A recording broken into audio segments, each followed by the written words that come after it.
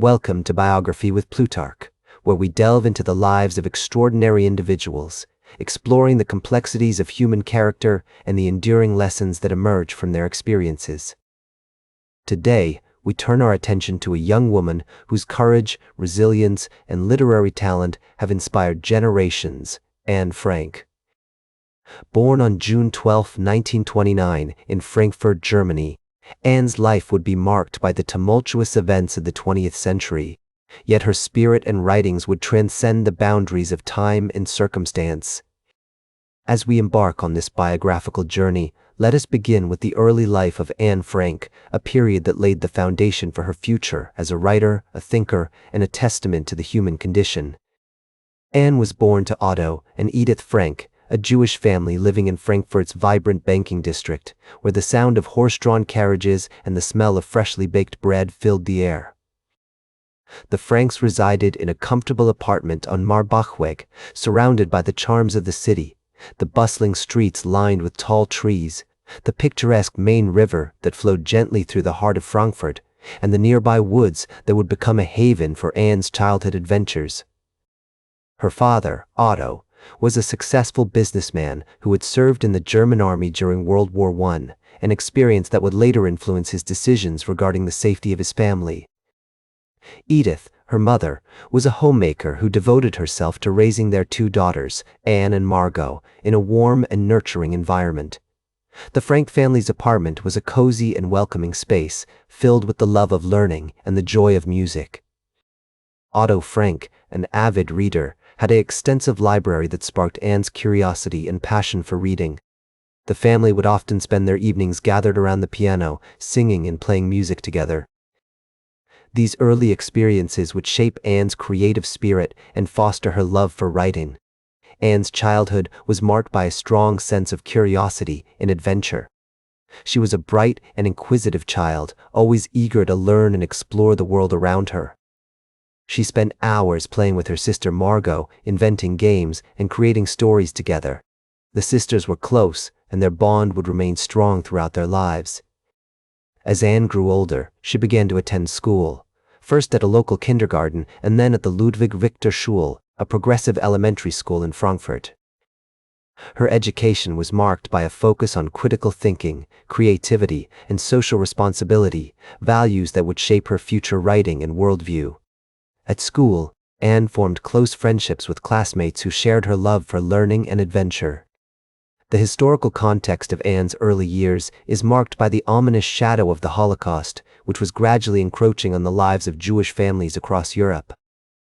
The rise of Nazism in Germany, led by Adolf Hitler, brought with it a wave of anti-Semitic policies and propaganda that would ultimately force the Frank family to flee their home. Despite these challenges, the Frank family found solace in their new community and the relative safety it offered during the mid-1930s. In 1933, Otto Frank moved his family to Amsterdam, Netherlands, in search of a safer and more welcoming environment. The family settled into a new apartment on Merwedeplein, where they were surrounded by a vibrant Jewish community. Anne attended the Montessori school in Amsterdam, where she excelled academically and socially, forming close friendships with classmates who would later play important roles in her life. As we explore the early life of Anne Frank, we see the emergence of a bright, inquisitive, and creative individual shaped by her family, education, and the tumultuous world around her. The foundation laid during these formative years would serve as the backdrop for the extraordinary events that were to come. As the Nazis tightened their grip on Amsterdam, the Frank family realized they had to take drastic measures to ensure their safety.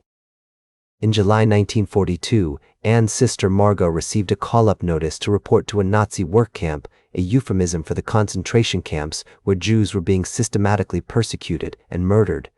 This was the catalyst for the Frank family's decision to go into hiding. Otto Frank, with his experience in business and his knowledge of Amsterdam, had been preparing a secret annex above his office building at Prinsengracht 263-267. The annex, which would become the Franks' home for the next 2 years, was a labyrinthine set of rooms that offered a precarious refuge from the Nazi patrols that combed the streets below. Anne, just 13 years old when she entered the secret annex, found herself confined to this small space with her parents, sister Margot, and 4 others: Fritz Pfeffer, a family friend and dentist; Herman van Pels, a business associate of Otto's, his wife Auguste, and their son Peter. The close quarters and the constant fear of discovery made life in the annex tense and challenging. It was during this period that Anne began to write her famous diary, a gift she had received for her 13th birthday just before they went into hiding. The diary became her confidant, her escape from the claustrophobia of their situation, and her means of making sense of the world around her. Through its pages, Anne expressed her hopes, fears, dreams, and observations about the people with whom she lived.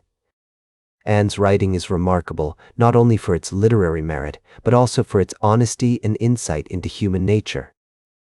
She wrote about the mundane aspects of life in hiding, such as the scarcity of food and the difficulty of maintaining personal hygiene, alongside profound reflections on war, peace, and the human condition.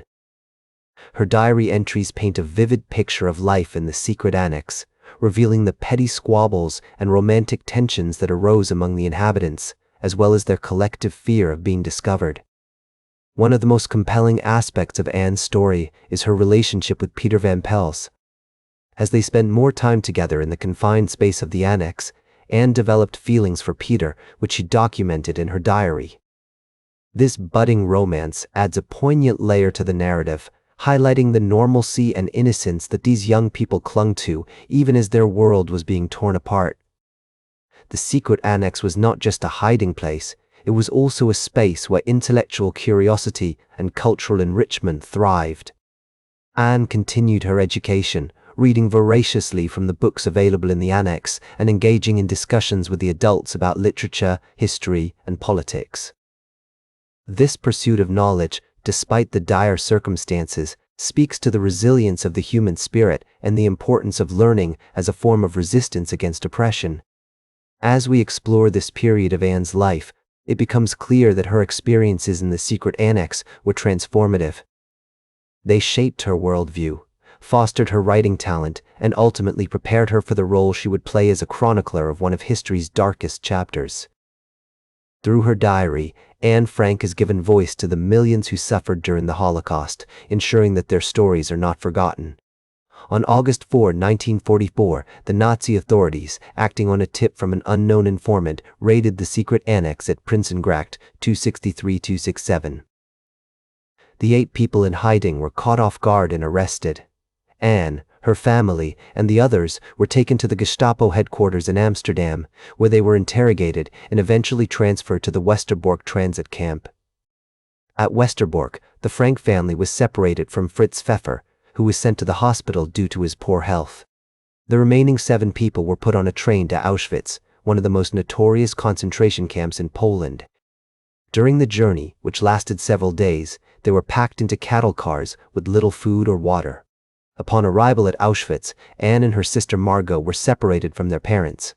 Edith Frank, Anne's mother, remained in Auschwitz, while Otto Frank was sent to the men's camp. Herman van Pels was also sent to the men's camp, where he was eventually killed. Auguste van Pels was transferred to another camp, and Peter van Pels died in Mauthausen concentration camp. Anne and Margot were sent to the women's camp at Auschwitz, where they were subjected to forced labor, malnutrition, and brutal treatment. In October 1944, as the Allies were advancing on Germany, Anne and Margot were transferred to the Bergen-Belsen concentration camp in Germany.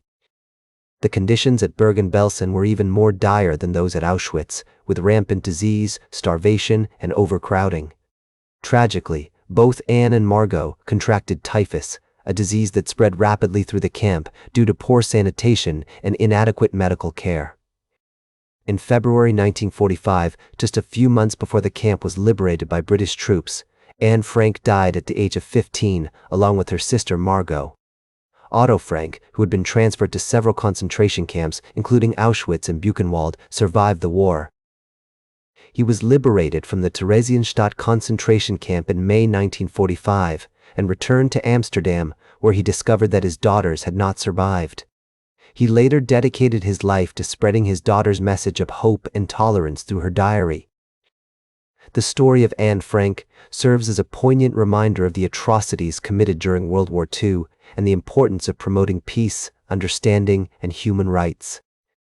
As we reflect on her life and legacy, we are reminded that even in the darkest times, there is always hope for a better future. In spite of everything Anne wrote in her diary, I still believe that people are truly good at heart. These words continue to inspire generations to strive for a world where such atrocities can never happen again. We also recognize the enduring power of her diary, which has become one of the most important books of the 20th century, inspiring countless readers with its message of hope, courage, and resilience. Thank you for joining us on this journey through the life of Anne Frank. That's all for today's biography with Plutarch. Remember to like, share, and subscribe. And until next time, remember that understanding the lives of remarkable individuals helps us better understand ourselves.